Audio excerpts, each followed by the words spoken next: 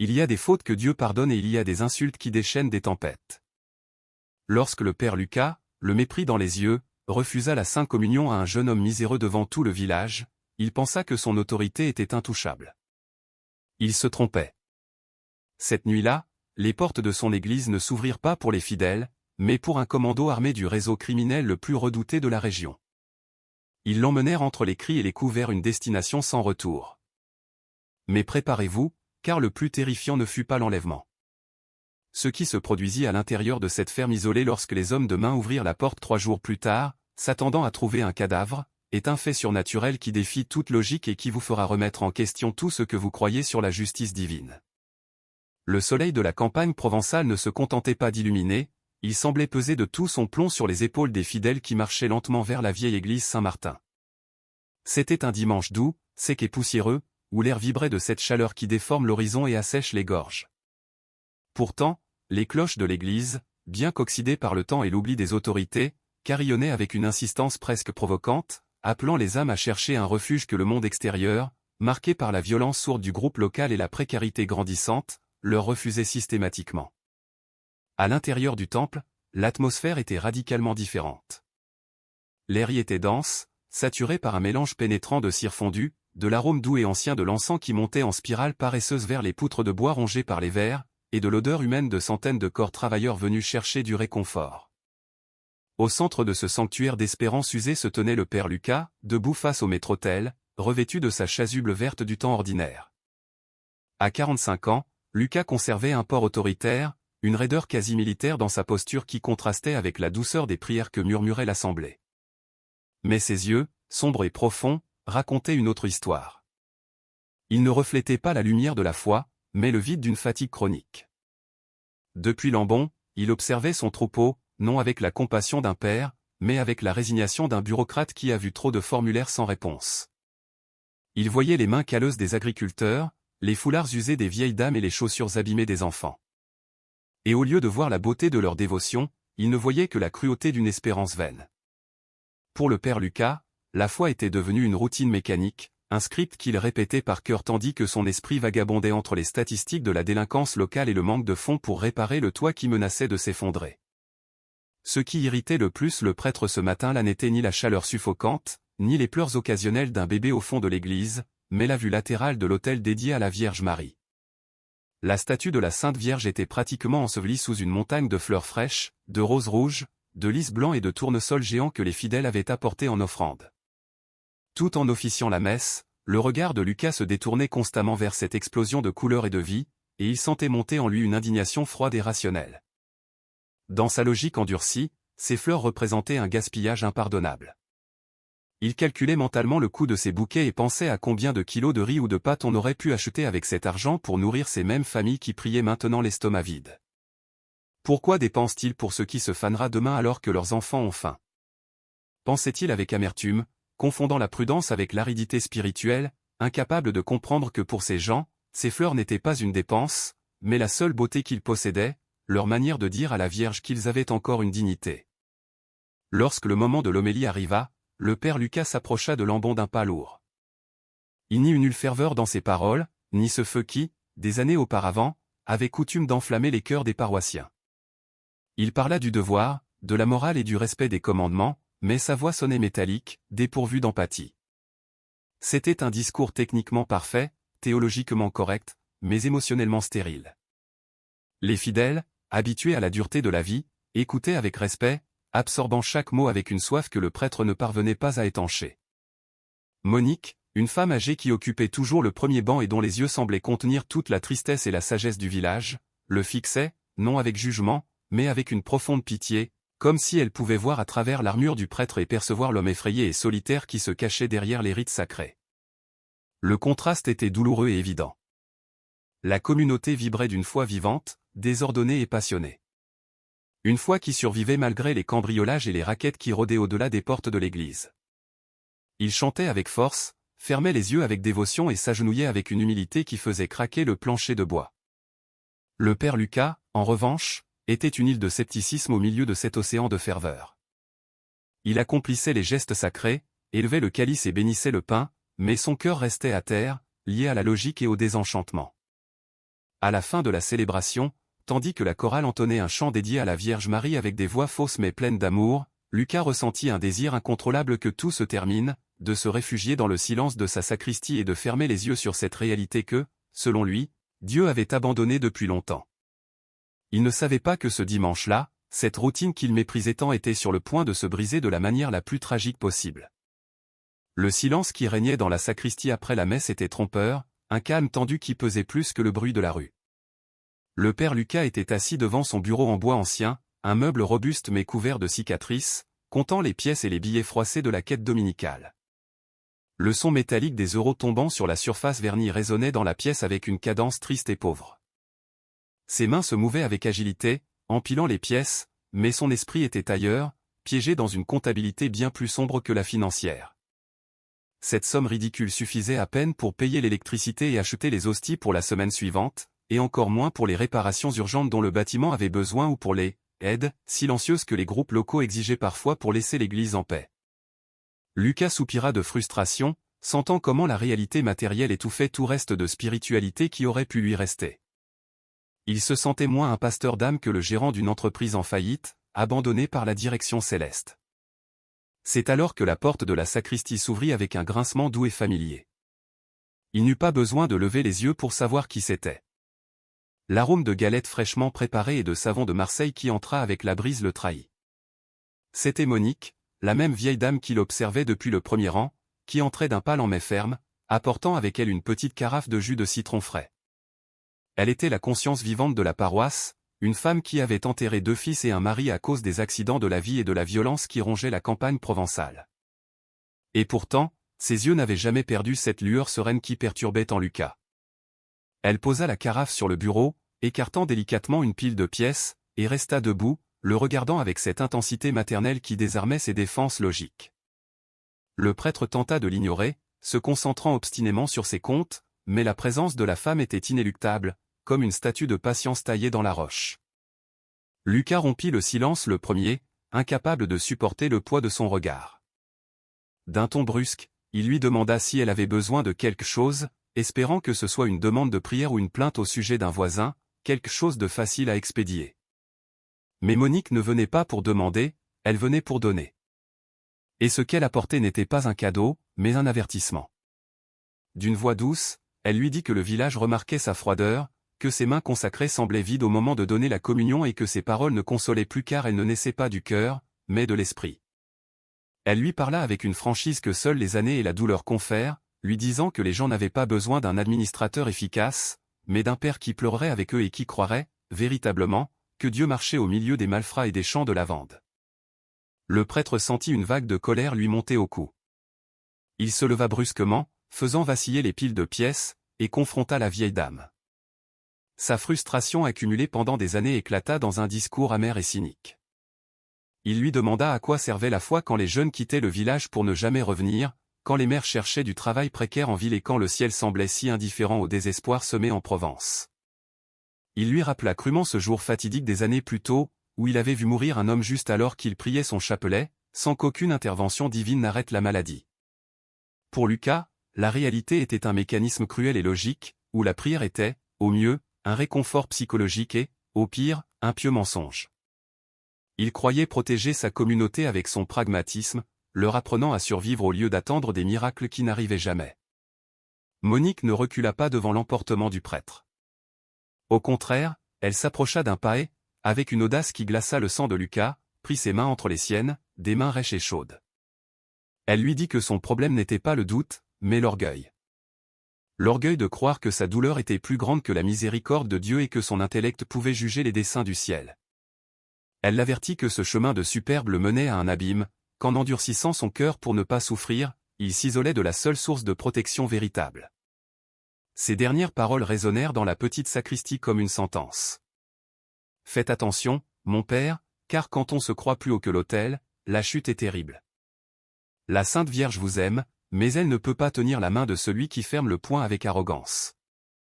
Lucas retira brusquement ses mains et lui indiqua la sortie, rejetant la prophétie, sans savoir que l'épreuve de ses paroles n'était qu'à quelques heures de distance, marchant déjà vers son église d'un pas sale et affamé. La messe avait atteint son point culminant, le rite de la communion. Cet instant sacré où le divin touche l'humain de la manière la plus tangible possible. La file des fidèles s'étendait dans l'allée centrale de la nef, une procession lente et solennelle d'âmes en quête de nourriture spirituelle.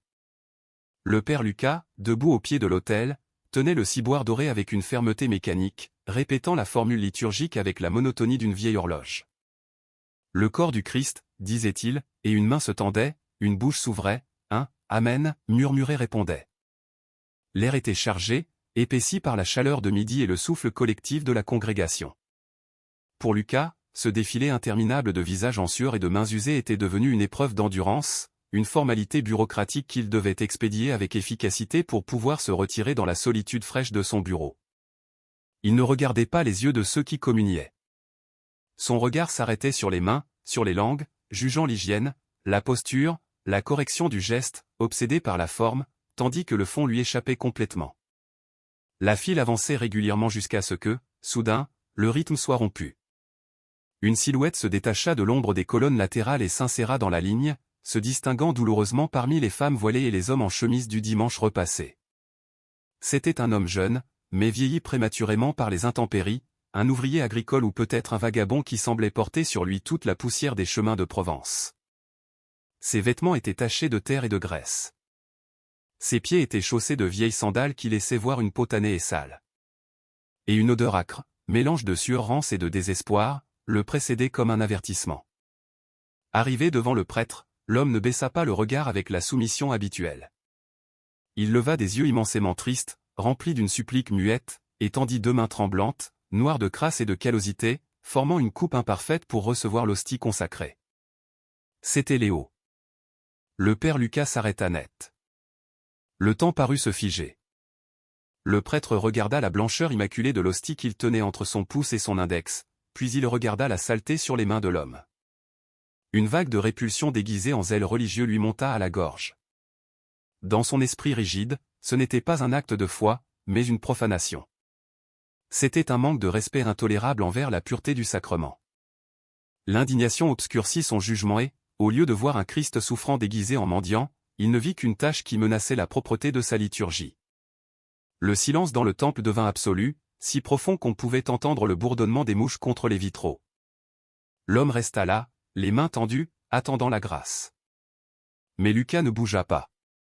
D'un mouvement lent et délibéré, le prêtre retira la main qui tenait l'hostie, l'éloignant de la portée de l'homme. Son visage se durcit, se transformant en un masque de dédain. Il n'y eut nulle compassion dans son geste, ni même un refus poli. Il se pencha légèrement en avant, envahissant l'espace personnel de l'indigent, et d'une voix qui, bien que murmurée, résonna comme un coup de fouet dans le silence sépulcral de l'église, il prononça la sentence. Non, siffla-t-il entre ses dents avec une froideur qui coupait l'air. Regarde tes mains. Tu n'es pas propre pour recevoir le roi des rois. Je ne vais pas jeter des perles au pourceau. Retire-toi et ne reviens pas avant d'avoir la dignité de te présenter devant Dieu comme il se doit. La cruauté de ces paroles fut physique. L'homme recula comme s'il avait été frappé. Ses mains vides se fermèrent en point de honte et son visage s'empourpra d'une rougeur douloureuse. Il baissa la tête, humilié jusqu'au plus profond de son être, et fit demi-tour, traînant les pieds vers la sortie, sous le regard stupéfait et horrifié de toute la communauté. L'atmosphère dans l'église changea instantanément après le départ de l'homme. Le père Lucas, retrouvant sa posture droite, tenta de continuer la distribution de la communion comme si de rien n'était, attendant que le fidèle suivant s'approche. Mais personne ne bougea. La file s'était arrêtée.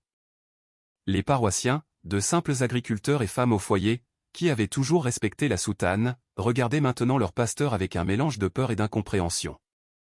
Ils avaient été témoins de quelque chose de terrible. Le berger avait frappé la brebis blessée. Monique, depuis son banc, couvrit sa bouche de ses deux mains pour étouffer un sanglot, et ses larmes coulèrent librement, non pour l'homme expulsé, mais pour l'âme du prêtre, qui venait de commettre un suicide spirituel devant l'autel.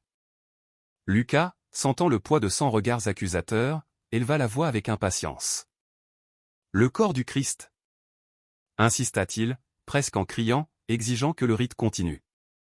Peu à peu, avec réticence, la file se remit en mouvement, mais la magie était rompue. La communion n'était plus un banquet d'amour, mais une formalité amère.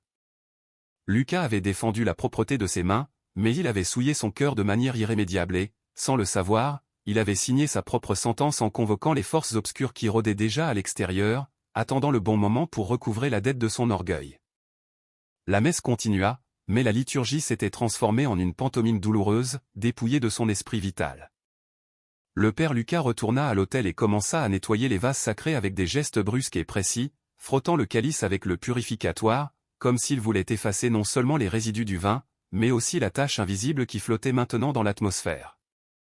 En bas, sur les bancs, l'ambiance était passée d'une dévotion festive à un deuil collectif. Il n'y eut pas de cris de protestation ni de murmures de rébellion. La réaction des gens de la campagne provençale, habitués à supporter les coups du destin avec une résistance stoïque, fut un silence écrasant et lourd, une quiétude si dense qu'elle semblait comprimer les poumons. C'était le silence de la déception profonde, le genre d'agonie silencieuse que l'on ressent quand un père frappe un fils ou quand un protecteur devient un bourreau. Les femmes, la tête couverte de leur voile de dentelle ou de leur modeste foulard, baissèrent la tête, non en prière, mais de honte pour autrui, incapables de soutenir le regard de l'image du Christ crucifié qui pendait au-dessus de l'autel, sentant que, d'une certaine manière, tous avaient été complices de ce rejet. Tandis que le prêtre lisait la prière après la communion, sa voix résonna creuse dans la nef, rebondissant contre les murs de pierre sans trouver d'écho dans les cœurs des fidèles. « Prions, dit-il, mais personne ne semblait prier avec lui. » Au troisième rang, une petite fille d'environ 6 ans, Chloé, avec des tresses serrées et une robe blanche amidonnée, tira doucement sur la jupe de sa mère.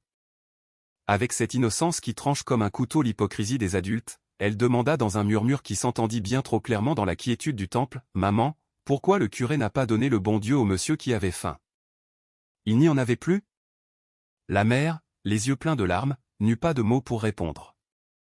Elle serra simplement la petite contre sa poitrine et lui couvrit doucement la bouche, sanglotant en silence, sentant que cette question enfantine contenait une théologie plus profonde et plus vraie que tout le droit canon que Lucas croyait défendre. Ce « pourquoi » flotta dans l'air, accusateur et sans réponse, restant suspendu comme la fumée de l'encens qui refuse de monter au ciel. Le moment du rite de la paix, habituellement une explosion d'accolades, de poignées de main et de sourires communautaires, fut peut-être l'instant le plus désolant.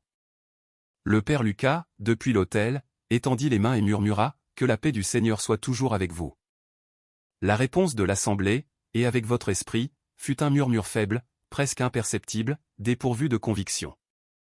Quand vint le moment de se donner la paix fraternelle, les fidèles se touchèrent à peine. Les accolades furent froides, distantes, comme si la peur de la contagion spirituelle les avait paralysés. Personne n'osa regarder vers le cœur. Personne ne chercha le regard du prêtre pour acquiescer avec respect comme ils avaient l'habitude de le faire. La communion entre le pasteur et son troupeau était rompue, et le lien sacré de confiance gisait en morceaux sur le sol, avec la dignité de l'homme expulsé. La communauté, dans sa sagesse simple, comprenait que ce qui s'était passé n'était pas une défense de l'Eucharistie, mais une trahison de l'essence même de l'Évangile, la miséricorde. À la fin de la messe, le père Lucas donna la bénédiction finale en faisant le signe de croix dans l'air, un geste ample et théâtral qui parut tracer une barrière invisible entre lui et le peuple. « Allez dans la paix du Christ », dit-il, mais l'ironie de ces mots était amère. Les gens commencèrent à sortir, mais il n'y eut pas les habituels attroupements et salutations à la porte, ni les rires des jeunes sur le parvis, ni les dames s'approchant pour demander la bénédiction pour leurs chapelets ou leurs images. Ils sortirent précipitamment, la tête basse, comme s'ils fuyaient un lieu qui avait perdu sa sainteté. Le parvis se vida en quelques minutes, laissant le prêtre seul, debout sous l'arche de l'entrée principale, observant les dos de ses paroissiens s'éloigner dans les rues poussiéreuses sous le soleil implacable. Il espérait, dans son arrogance, qu'un bon catholique s'approcherait pour le remercier de maintenir l'ordre et le respect du sacré, de ne pas permettre que la saleté touche l'autel. Il attendait une validation, mais ne reçut que le vide. Monique fut la dernière à sortir. Elle s'arrêta un moment sur le seuil, appuyée sur sa canne en bois, et se tourna lentement pour regarder le père Lucas une dernière fois. Il n'y avait pas de colère sur son visage, seulement une tristesse infinie, le regard d'une mère qui voit son fils commettre une erreur dont il ne pourra pas revenir indemne. Ses yeux rencontrèrent ceux du prêtre et, pendant une seconde, Lucas sentit un frisson de doute, une fissure dans son armure de certitude. Il voulut dire quelque chose, se défendre, expliquer qu'il y avait des règles à respecter, mais les mots restèrent coincés dans sa gorge. Monique secoua doucement la tête, se signa en regardant l'autel vide derrière lui et sortit sous le soleil brûlant sans dire un mot. Le père Lucas resta seul dans l'immensité de son église, entouré de l'odeur des fleurs qui lui paraissaient maintenant écœurantes et du silence accusateur des statues. Il ferma les lourdes portes en bois avec un bruit sourd qui résonna comme la fermeture d'un tombeau, se convainquant qu'il avait fait ce qu'il fallait, sans savoir qu'en fermant cette porte, il s'enfermait avec sa propre condamnation. Les heures qui suivirent la fermeture des portes de l'église s'étirèrent avec une lenteur exaspérante, transformant le presbytère en une forteresse de solitude. Le père Lucas se retira dans sa salle à manger, une pièce austère avec une longue table en bois sombre conçue pour accueillir 12 personnes, mais qui n'avait maintenant qu'un seul couvert dressé à son extrémité. Il s'assit devant une assiette de soupe qui refroidissait rapidement, la cuillère suspendue en l'air, incapable de porter la nourriture à sa bouche. Le silence de la maison était absolu, mais ce n'était pas un silence de paix, c'était un vide vibrant, accusateur, rythmé par le tic-tac monotone d'une vieille horloge à pendule sur le mur et le bourdonnement lointain d'un réfrigérateur. Lucas tenta de reprendre son dialogue interne, cette narration qu'il avait construite pour justifier sa dureté. L'ordre est la première loi du ciel, se répétait-il comme un mantra. Si nous permettons à n'importe qui de toucher les choses sacrées sans préparation, qu'est-ce qui nous différencie des animaux? J'ai fait ce qui était juste. J'ai fait ce qui était nécessaire. Cependant, bien qu'il tentât de blinder sa conscience avec des arguments théologiques, l'image des mains sales et tremblantes de l'homme, et surtout le regard de déception de Monique, se superposaient à ses pensées comme des fantômes persistants qu'il ne pouvait exorciser. Il se leva de table sans avoir touché à son repas et commença à arpenter les couloirs de la maison, ses pas résonnant sur les carreaux froids. Il se sentait agité, une anxiété qu'il ne pouvait attribuer uniquement à l'incident du matin. Il s'approcha de la fenêtre de son bureau et écarta légèrement le rideau pour regarder vers la place du village. Ce qu'il vit lui glaça le sang plus que n'importe quel reproche verbal. La place était déserte.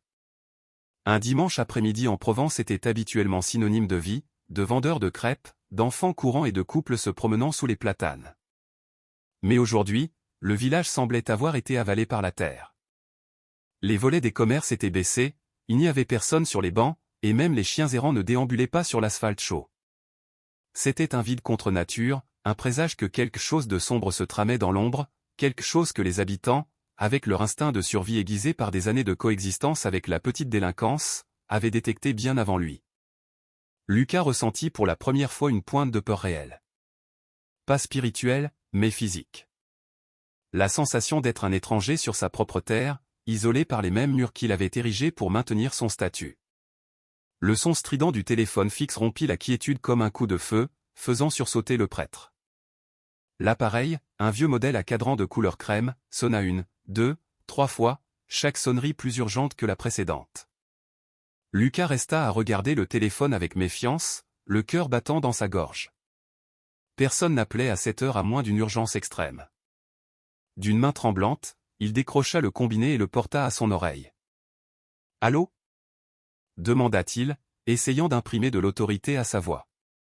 De l'autre côté de la ligne, une respiration haletante et entrecoupée précéda la voix qui le reconnut immédiatement. C'était Stéphane, une vieille connaissance de la gendarmerie locale, un homme qui avait l'habitude de naviguer dans les eaux troubles entre la loi et le crime organisé pour survivre. « Mon père, écoutez-moi bien et ne m'interrompez pas », murmura Stéphane avec un ton de panique que Lucas ne lui avait jamais entendu. « Vous devez partir. Tout de suite. Sortez par derrière, prenez votre voiture et ne vous arrêtez pas avant d'arriver à Lyon ou à Paris. Ils viennent pour vous. » Lucas sentit le sol se dérober sous ses pieds. « De quoi parles-tu, Stéphane ? Qui vient ? » demanda-t-il, bien qu'au fond de lui, il connaissait déjà la réponse. « Le groupe local, mon père, » répondit le gendarme en baissant encore plus la voix. « Quelqu'un leur a dit que vous aviez donné des informations à la gendarmerie sur leur planque dans les collines. Ils pensent que vous êtes un mouchard. Ils arrivent, mon père, et ils ne vont pas discuter. Je ne peux rien faire. Ils tiennent tout le monde. Partez, pour l'amour de Dieu. » La ligne se coupa brusquement, ne laissant que la tonalité d'occupation bourdonner à l'oreille du prêtre. Lucas laissa tomber le combiné, qui resta suspendu au bout de son câble, se balançant comme un pendule de mort. L'accusation était absurde, un mensonge, une erreur fatale. Il n'avait jamais parlé à la gendarmerie. Il se tenait à l'écart, enfermé dans son église, protégeant sa propre sécurité par l'isolement. Mais dans la logique brutale de la campagne provençale, la vérité n'importait pas, seulement la perception et la rumeur. Son arrogance de se croire intouchable parce qu'il était un homme de Dieu s'effondra en un instant. Il courut vers la porte de derrière, cherchant les clés de sa vieille berline dans les poches de sa soutane, la panique obscurcissant son esprit rationnel. Mais en arrivant dans la cour arrière, il s'arrêta net. Le silence avait changé. Ce n'était plus la quiétude de l'après-midi, mais le silence qui précède l'orage. Au loin, mais s'approchant rapidement, il entendit le rugissement inimitable de moteurs puissants, des camionnettes puissantes brisant la paix du village. C'étaient eux. Il n'y avait pas le temps. Lucas recula à l'intérieur de la maison, verrouillant des portes inutiles avec des mains qui lui obéissaient à peine. Il réalisa avec une clarté dévastatrice sa totale impuissance. S'il avait été un pasteur aimé, s'il avait embrassé son peuple ce matin-là, peut-être qu'il aurait eu maintenant 100 hommes entourant l'église pour le protéger, ou une famille qui l'aurait caché dans une cave secrète.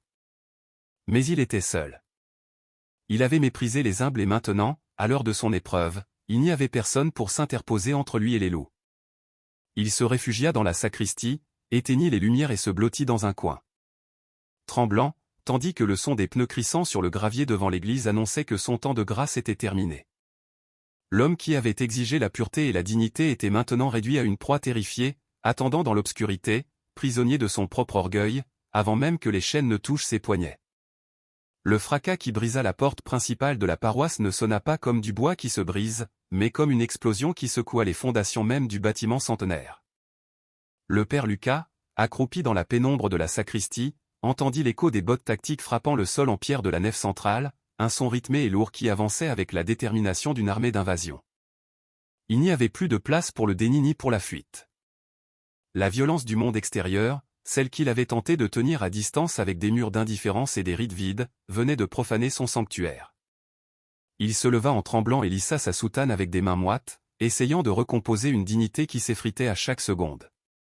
Dans une dernière tentative désespérée d'invoquer l'autorité qu'il croyait posséder, il sortit à la rencontre des intrus juste devant le maître-autel, levant le menton et projetant sa voix avec toute la force que lui permettait sa gorge sèche, criant « C'est la maison de Dieu. Vous n'avez pas le droit d'entrer ici armé. J'exige le respect. » La réponse fut un rire cruel et guttural qui rebondit sous la coupole de l'église. Face à lui, une demi-douzaine d'hommes vêtus de treillis et de gilets tactiques avec les initiales du groupe local brodées sur la poitrine le regardaient avec un mépris absolu. Ils portaient des fusils d'assaut, qu'ils pointaient nonchalamment vers le sol, sachant qu'ils n'avaient pas besoin de tirer pour imposer leur loi. Le chef du groupe, un homme petit et robuste avec une cicatrice lui barrant le sourcil et une casquette noire enfoncée jusqu'aux yeux, s'avança d'un pas lent, mâchonnant un cure-dent. C'était Nicolas. Sans dire un mot, il leva son armée, d'un mouvement rapide et brutal, frappa le prêtre à l'estomac avec la crosse.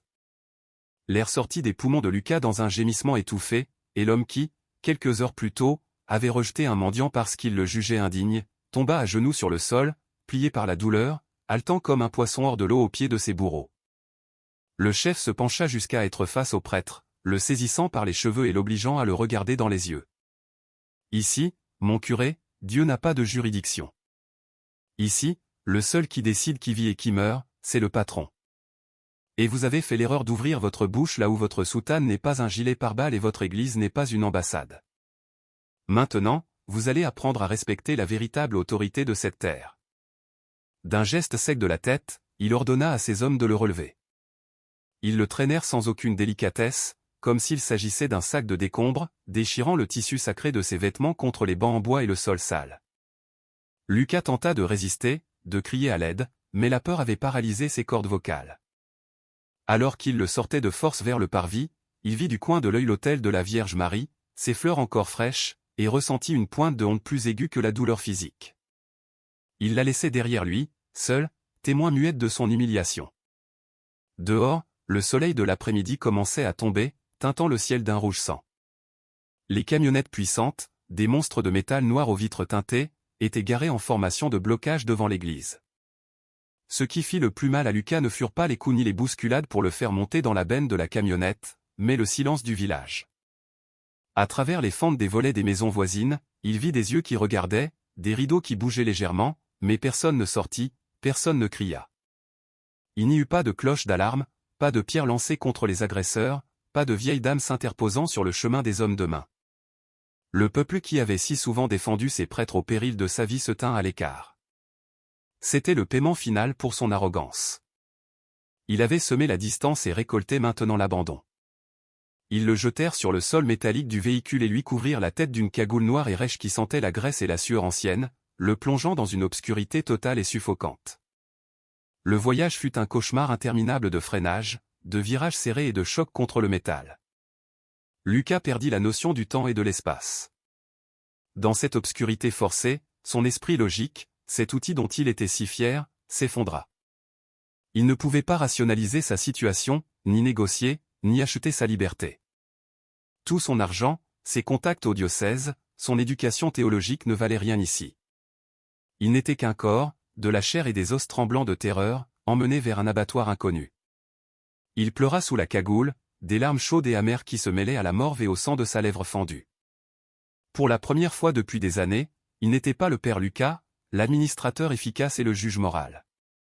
Il était simplement Lucas, un homme terrifié face à l'imminence de sa propre mort, dépouillé de toute vanité, réduit à sa plus simple expression. Finalement, le véhicule s'arrêta et il fut descendu à coups de bousculade. Il sentit le changement de température, l'air frais et humide des contreforts des Alpes ou peut-être d'une cave profonde. Ils le traînèrent dans des couloirs qui résonnaient d'échos, descendant des escaliers en béton jusqu'à une pièce qui sentait l'humidité, l'urine et le désespoir concentrés. Ils lui retirèrent violemment la cagoule, seulement pour le pousser à l'intérieur d'une petite cellule sombre, refermant une lourde porte en métal derrière lui. Le son des verrous glissants fut définitif. Lucas resta dans la pénombre, tâtant les murs sales jusqu'à trouver un coin où se laisser tomber. Il était dans une ferme isolée, ces endroits où les gens entrent et d'où ils ne sortent jamais. Il serra ses genoux, recroquevillé en position fétale sur le sol froid, et attendit la fin.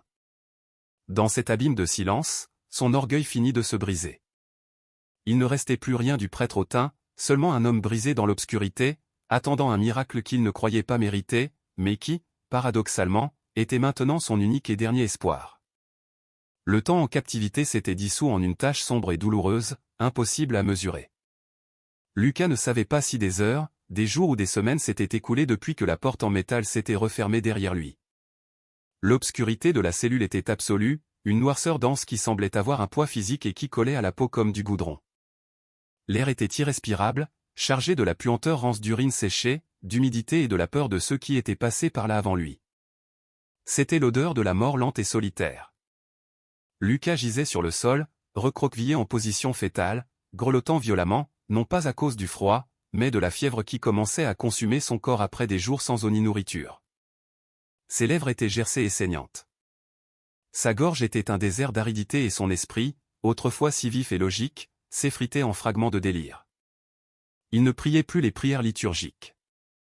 Le latin et les psaumes appris par cœur s'étaient évaporés. À leur place, il ne restait que le souvenir torturant du visage de l'homme à qui il avait refusé la communion. Dans l'obscurité, ce visage se multipliait, l'observant de chaque coin, non avec haine, mais avec cette même tristesse insupportable qu'il reconnaissait maintenant comme le jugement de Dieu.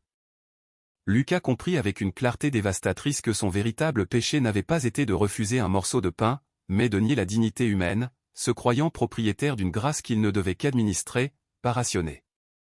Dans l'abîme de son désespoir, le père Lucas cessa de prier pour sa vie.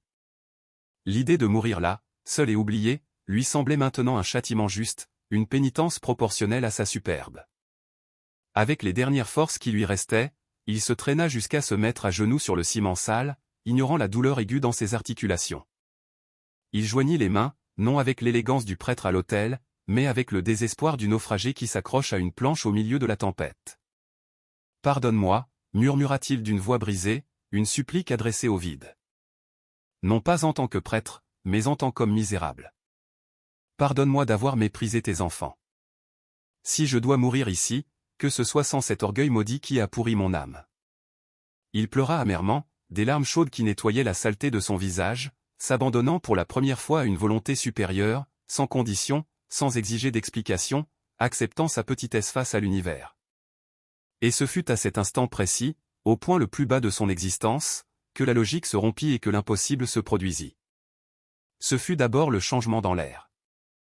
La puanteur insupportable d'excréments et de moisissures disparut instantanément, comme si un vent invisible avait balayé la cellule hermétique. À sa place, un parfum doux, intense et envoûtant commença à remplir l'espace. Ce n'était pas une odeur subtile, c'était une explosion olfactive, l'arôme inimitable de milliers de roses fraîches, de roses fraîchement coupées, mélangées à une touche de terre humide et de cire d'abeille pure. Lucas leva la tête, stupéfait, cherchant la source de cette odeur dans l'obscurité, pensant qu'il hallucinait à cause de la déshydratation. Mais l'arôme était réel, dense, presque tangible. Puis, la température de la cellule changea. Le froid humide qui transperçait les os fut remplacé par une chaleur douce et réconfortante, semblable à l'étreinte d'une couverture de laine chauffée au soleil.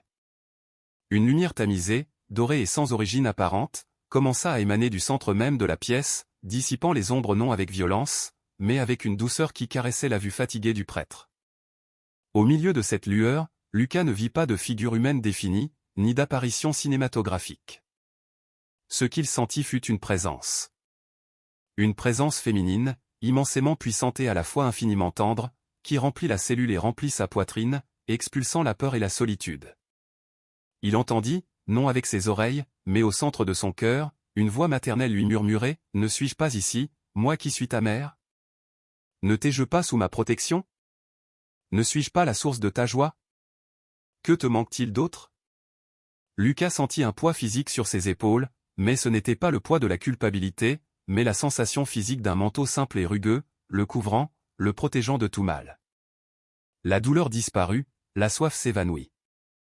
Il resta là, à genoux, dans l'extase d'un amour immérité, pleurant de pure gratitude, sachant qu'il avait été pardonné. Le miracle ne s'arrêta pas à l'expérience mystique. Dehors, dans le couloir, on entendit des pas précipités et des voix altérées. La porte en métal s'ouvrit avec un fracas, heurtant le mur. C'étaient les hommes de main, le chef à la cicatrice et deux de ses hommes, qui entraient avec des lampes de poche et des armes dégainées, probablement pour finir le travail ou déplacer le corps. Mais ils s'arrêtèrent net sur le seuil, paralysés. Leurs lampes de poche tombèrent de leurs mains. L'odeur de rose sortit de la cellule comme une vague physique, les frappant et leur donnant le vertige, un arôme sacré qui n'avait pas sa place dans cet enfer de torture. Ils virent le père Lucas à genoux, non pas sale et brisé comme il l'avait laissé, mais enveloppé d'une sérénité lumineuse, le visage propre et une expression de paix qui terrifiait ces hommes violents plus que n'importe quelle menace. Il n'y avait aucune trace des blessures sur son visage. Le chef du réseau, un homme qui avait tué sans ciller, recula en tremblant, se signant instinctivement d'une main maladroite. « On s'en va, laissez-le » balbutia-t-il, le visage pâle comme du papier, incapable de franchir la ligne invisible qui séparait le couloir de la cellule imprégnée de sainteté. Il y a quelque chose ici qu'on ne peut pas toucher. Sortez-le sur la route et laissez-le partir. Maintenant. Le pouvoir des armes avait capitulé devant le pouvoir de la grâce. La Vierge avait transformé une cellule de mort en un sanctuaire inexpugnable. Le voyage de retour vers la liberté fut aussi surréaliste que la captivité. Mais cette fois, la terreur avait changé de camp. Les hommes de main, des hommes habitués à la violence la plus crue, conduisait la camionnette dans un silence sépulcral, tendu, et évitant de regarder le prêtre dans le rétroviseur, comme s'il transportait une charge radioactive ou un explosif instable. Il n'y eut pas de coups, pas d'insultes, ils ne lui remirent même pas la cagoule. La peur du sacré, cette crainte atavique qui survit même dans les âmes les plus sombres, les avait neutralisés. Ils arrêtèrent le véhicule sur un tronçon désert d'une route départementale, sous la lumière grisâtre et froide de l'aube qui commençait à poindre sur les collines de Provence. Le chef du groupe descendit, ouvrit la porte arrière et, d'un geste rapide et nerveux, indiqua à Lucas de descendre. Il n'y eut pas les menaces de mort habituelles, ni l'avertissement « si tu parles, on te tue ». Il n'y eut qu'une hâte désespérée de s'éloigner de lui, de mettre des kilomètres de distance entre leur brutalité et le miracle qui imprégnait encore les vêtements du prêtre d'un parfum persistant de rose. La camionnette démarra en soulevant un nuage de poussière et disparut dans la brume du matin, laissant Lucas seul dans l'immensité du paysage. Le père Lucas resta debout sur le bas-côté asphalté, respirant l'air pur et frais de l'aube. Ses pieds touchaient la terre ferme, ses poumons se remplissaient d'oxygène, et le chant des grillons remplaçait l'écho des verrous de la prison. Il aurait dû ressentir de l'euphorie, cette poussée d'adrénaline de celui qui a échappé à la mort de justesse, mais ce qu'il ressentit fut un poids écrasant qui le fit se plier en deux. Ses jambes, qui avaient résisté à la torture de la peur, cédèrent finalement et il tomba à genoux sur le gravier du chemin, non par faiblesse physique, mais à cause d'une démolition interne totale. Là, seul face au ciel qui se teignait d'orange et de violet, l'armure qu'il avait portée pendant des années, cette carapace de rectitude, de sévérité, de jugement implacable envers les autres se brisa en mille morceaux, laissant son âme nue et tremblante à découvert. Les pleurs commencèrent comme un faible gémissement, un son animal qui jaillissait du plus profond de son ventre et se transforma rapidement en un torrent de larmes incontrôlables. Il pleura comme il ne l'avait pas fait depuis son enfance, le corps secoué de spasmes violents, se serrant la poitrine avec ses mains sales. Il ne pleurait pas à cause du traumatisme de l'enlèvement, il pleurait à cause de la compréhension dévastatrice de la miséricorde. Pendant des années, Lucas avait prêché un Dieu de comptabilité, un Dieu qui exigeait des mains propres et des comptes clairs, un Dieu qui, selon sa logique, n'aurait jamais dû sauver un prêtre arrogant qui avait méprisé un pauvre. Selon sa propre théologie, il méritait la mort dans cette cellule. Et pourtant, le ciel avait enfreint ses propres règles pour le secourir. La Vierge n'était pas venue sauver le père Lucas, l'administrateur de la foi, mais Lucas, le fils perdu et effrayé. Cette gratuité de l'amour, ce cadeau immérité, faisait plus mal que n'importe quel châtiment, car il détruisait son ego et l'obligeait à reconnaître qu'il n'était pas meilleur que le mendiant qu'il avait expulsé. En fait, il était le mendiant, et Dieu lui avait donné le pain qu'il ne méritait pas. Alors que le soleil finissait de se lever, illuminant les champs de lavande et les vignobles qui s'étendaient jusqu'à l'horizon, Lucas regarda ses mains. Elles étaient sales de terre, tachées par la crasse de la captivité, les ongles cassés. Elles étaient identiques aux mains de l'homme qui l'avait rejeté à l'autel. La révélation le frappa avec la force de la foudre. La saleté extérieure n'avait pas d'importance. La pureté que Dieu recherchait n'était pas dans la peau lavée, mais dans l'humilité du cœur qui se sait nécessiteux. Il se sentit profondément honteux, une honte qui brûlait mais qui, en même temps, purifiait. Il se souvint du regard de Monique, de sa propre voix sifflant « Tu n'es pas propre ». Et chaque souvenir était un poignard qui taillait son orgueil, drainant le venin de la supériorité morale qu'il avait infecté pendant si longtemps. Il se releva avec difficulté, se sentant paradoxalement plus léger, comme s'il avait laissé un cadavre dans ce fossé. Il commença à marcher vers le village qu'on apercevait au loin. Il ne marchait pas avec le pas martial et autoritaire d'avant. Il marchait en traînant les pieds, lentement, vulnérable. Sa soutane était déchirée et sale, ses cheveux en désordre, son visage marqué par les larmes et une barbe de 3 jours. Il ne ressemblait plus à un prince de l'église, mais à un pèlerin pénitent.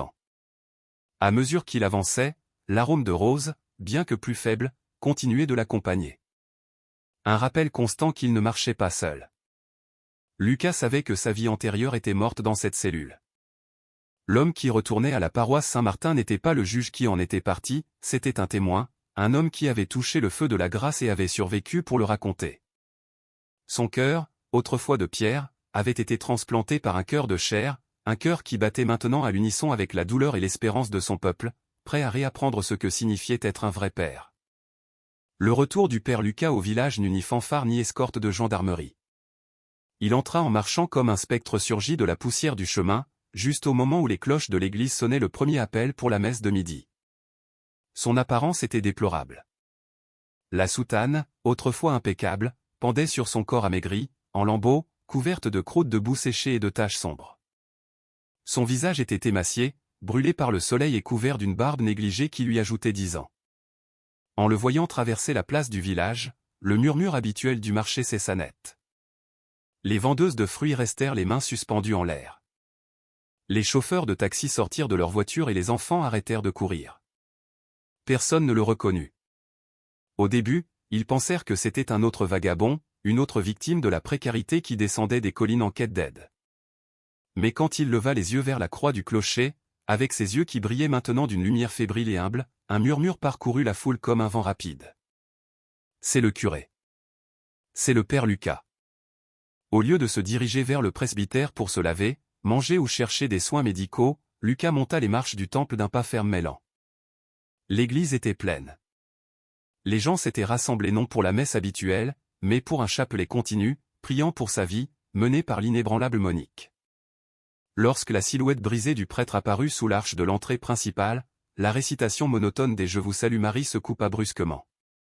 Un silence stupéfait, dense et chargé d'incrédulité, remplit la nef. Lucas avança dans l'allée centrale.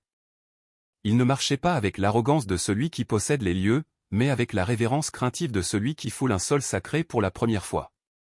Chaque pas lui coûtait, mais il ne s'arrêta pas. Les fidèles s'écartaient à son passage, ouvrant un couloir humain, observant avec étonnement non seulement son état physique, mais quelque chose de plus troublant.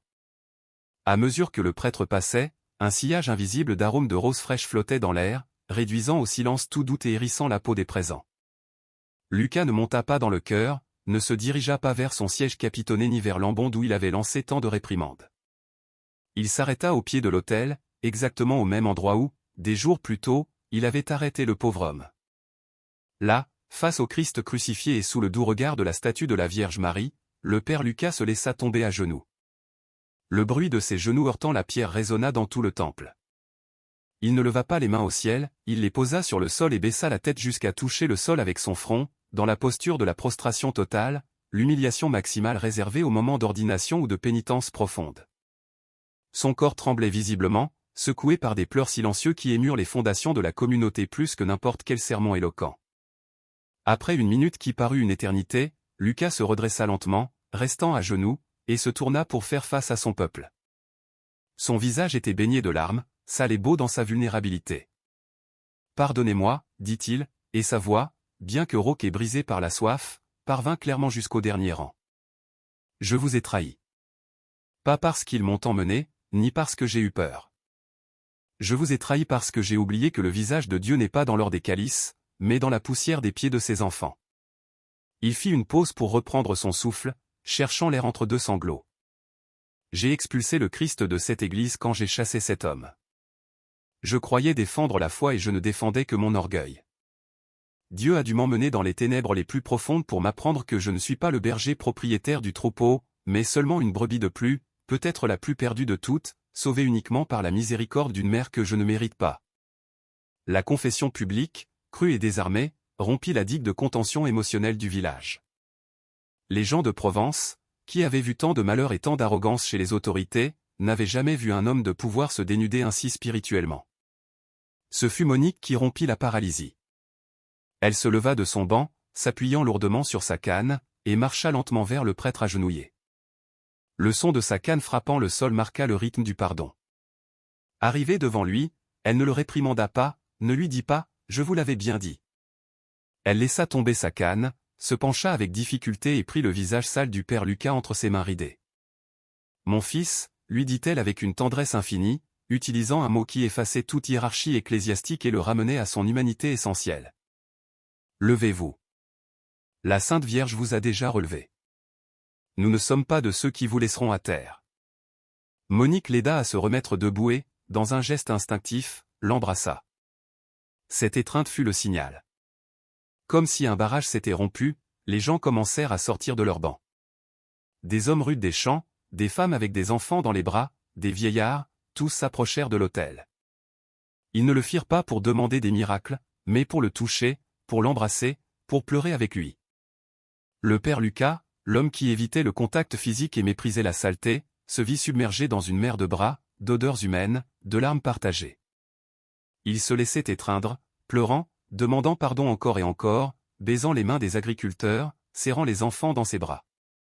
Dans ce chaos d'amour et de rédemption, l'odeur de rose s'intensifia jusqu'à devenir presque insupportable, un parfum surnaturel qui convainquit tout le monde, sans besoin d'explications théologiques, que la mère du ciel était là, marchant parmi eux, retissant les fils brisés de cette communauté. Le pasteur était mort pour que le Père puisse naître. Et le peuple, dans son immense sagesse, le reçut de nouveau, non comme un saint, mais comme un frère qui avait survécu à la nuit pour leur apporter la lumière. 6 mois ont passé depuis cette aube miraculeuse sur la route, et la paroisse Saint-Martin, dans ce petit village en Provence, n'est plus la même. Non que les pierres de ses murs aient changé ou que les fissures du toit aient été réparées ou elles sont toujours là, témoins muets de la pauvreté de la région mais parce que l'esprit qui l'habite s'est complètement transfiguré. C'est le 12 décembre, une grande fête en l'honneur de la Vierge Marie, et le soleil d'hiver illumine un parvis qui déborde de vie. Il n'y a plus de silence craintif, ni de regard fuyant, ni cette hâte d'accomplir le rite et de se réfugier dans la sécurité des maisons fermées. L'air vibre du bruit joyeux des pétards, de l'odeur des spécialités locales et des boissons chaudes que les femmes préparent à l'entrée, et surtout d'un sentiment de liberté spirituelle que même l'ombre persistante de la violence dans la région n'a pas réussi à éteindre. L'Église est devenue une tranchée d'espérance, et son capitaine n'est plus un général distant, mais un simple soldat de l'amour. Le père Lucas se déplace dans la foule avec une énergie qui dément ses 45 ans. Ceux qui l'ont connu auparavant pourraient à peine le reconnaître maintenant. La soutane impeccable et amidonnée a été remplacée par une tenue simple, souvent tachée de chaux ou de peinture, car il dirige lui-même les réparations du temple aux côtés des maçons. Mais le changement le plus profond se lit sur son visage et dans ses mains. La raideur militaire a disparu, adoucie par des rides d'expression qui naissent de sourires et de larmes partagées avec son peuple.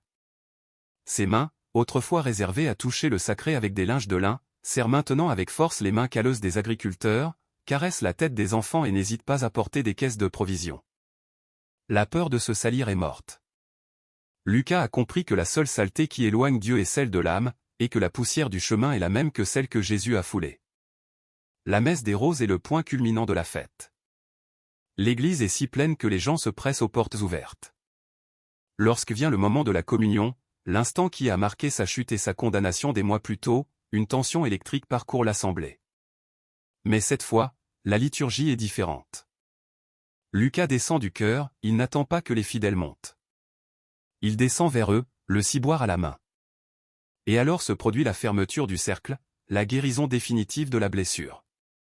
Dans la foule, avec les mêmes vêtements humbles mais la tête haute, se trouve cet homme, Léo, le même journalier que Lucas avait expulsé avec mépris. Il n'est pas revenu pour réclamer, il est revenu parce que Monique l'a cherché et lui a dit que dans cette maison, il n'y avait plus de juges, seulement des frères. Le prêtre s'arrête devant lui. Pendant une seconde, le temps est suspendu. Lucas regarde les mains de l'homme, toujours marquées par le dur labeur et la terre, puis il regarde ses yeux. Il n'y a pas de mots, ils ne sont pas nécessaires. Les yeux de Lucas se remplissent de larmes, mais ce sont des larmes d'une joie sereine. Avec un geste d'une infinie révérence, le Père prend l'hostie consacrée et l'élève. Le corps du Christ, dit-il d'une voix qui tremble d'émotion. Et quand l'homme répond « Amen », Lucas ne se contente pas de lui donner la communion. Il prend les mains du journalier entre les siennes, se penche et baisse ses paumes sales, devant tout le monde. C'est un acte de réparation publique. Un baiser qui efface l'humiliation passée et scelle un nouveau pacte. La communauté éclate dans un chant spontané dédié à la Vierge Marie, chanté avec des gorges serrées par l'émotion, tandis que la statue de la Vierge sur l'autel semble sourire, entourée non seulement de fleurs, mais du fruit le plus précieux de tous, la charité véritable. La célébration ne se termine pas par la fuite des fidèles, mais par un repas communautaire sur le parvis. Le père Lucas est assis sur un banc en bois, mangeant un plat simple, riant avec les enfants qui courent autour de lui. Au loin, on voit passer une voiture de gendarmerie, et peut-être que quelque part dans les collines, les hommes du réseau se souviennent encore avec terreur de l'odeur de rose qui les a vaincus sans un coup de feu.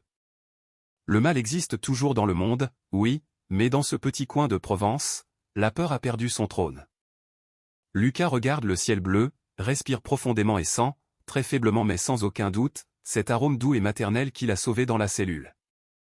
Il sait que sa vie est un don, un temps supplémentaire accordé pour servir. Il n'est plus le gardien des portes fermées, il est le portier de la miséricorde. Et il sait que tant qu'il vivra, aucune brebis ne restera plus en dehors du troupeau à cause de son orgueil. La rédemption est accomplie, et l'histoire du prêtre qui est tombé à genoux pour apprendre à marcher est devenue une légende, une lumière qui brille dans l'obscurité pour nous rappeler que pour le ciel, il n'est jamais trop tard pour rentrer à la maison.